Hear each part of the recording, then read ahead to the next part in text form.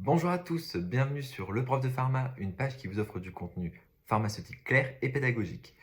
Alors cette semaine, nous allons aborder un sujet très important pour la pratique au quotidien au comptoir, qui est la contraception d'urgence. Donc déjà, il faut bien comprendre qu'il y a deux types de contraception d'urgence, la contraception hormonale orale et la contraception intra-utérine.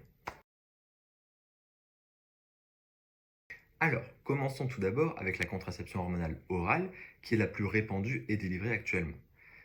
Les patientes ou les patients viendront souvent au comptoir en vous demandant la pilule du lendemain. Deux molécules sont actuellement sur le marché. Tout d'abord, le lévonorgestrel et le lipristal. Le choix entre ces deux molécules va dépendre du temps qui s'est écoulé depuis le premier rapport à risque. Le lévonorgestrel devra être pris dans les 3 jours suivant le premier rapport, là où l'ulipristal acétate devra être pris dans les 5 jours suivant le premier rapport. Le lévonorgestrel, lui, c'est un progestatif.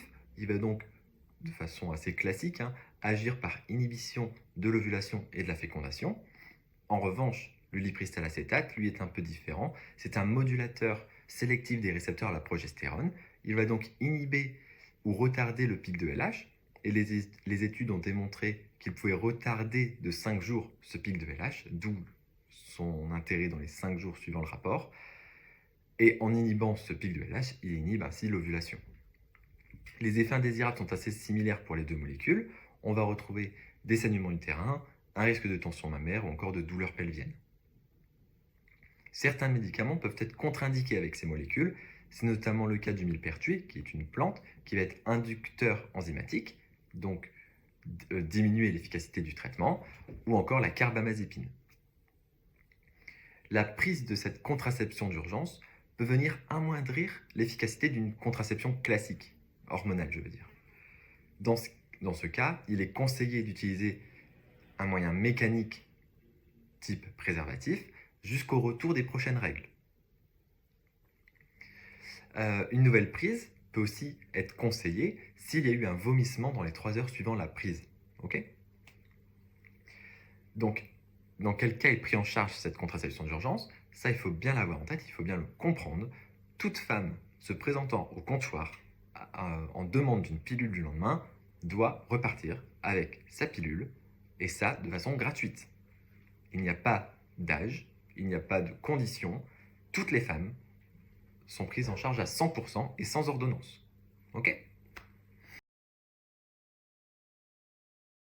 Le second type de contraception d'urgence disponible repose sur l'utilisation d'un dispositif intra-utérin au cuivre, ce qu'on va appeler dans le langage courant un stérilet. Son utilisation nécessite évidemment la prescription médicale et va être posée ensuite par un gynécologue ou une sage-femme. Ce dispositif va agir par un effet spermicide et un effet anti-nidation par action sur la muqueuse utérine directement.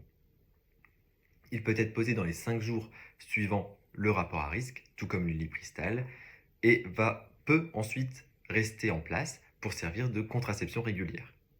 Les effets indésirables seront aussi classiques en termes de contraception, j'ai envie de dire, à risque de douleurs pelviennes, de spotting ou encore un allongement des menstruations, notamment les premiers mois de traitement. Alors, quelles sont les choses à ne surtout pas oublier lors de la délivrance d'une contraception d'urgence?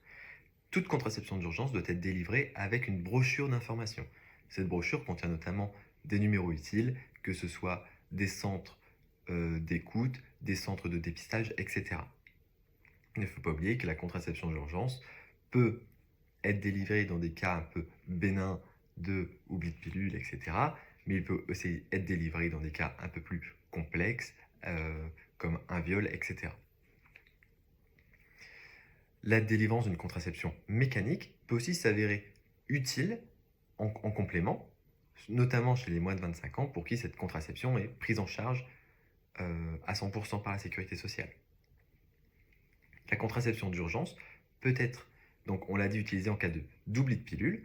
Dans ce cas-là, je vous conseille un site internet qui est vachement intéressant, qui est le site Urgence Pilule du laboratoire Biogarant, qui finalement va vous donner la marche à suivre selon la pilule, les modalités d'oubli, etc. pour vraiment avoir la marche à suivre pour votre patiente.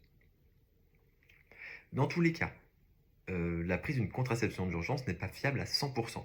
Donc un test de grossesse est toujours recommandé pour vérifier l'absence de grossesse dans les semaines qui suivent le rapport. Merci à tous d'avoir écouté cette nouvelle vidéo, j'espère qu'elle vous a plu et qu'au moins elle vous a aidé à réviser et potentiellement qu'elle vous a appris des choses. N'hésitez pas à liker, à laisser un commentaire ou même à la repartager, ça me fera un grand plaisir. Je reste disponible si vous avez la moindre question, j'y réponds, j'essaye, tout du moins. Et à la semaine prochaine, bye bye!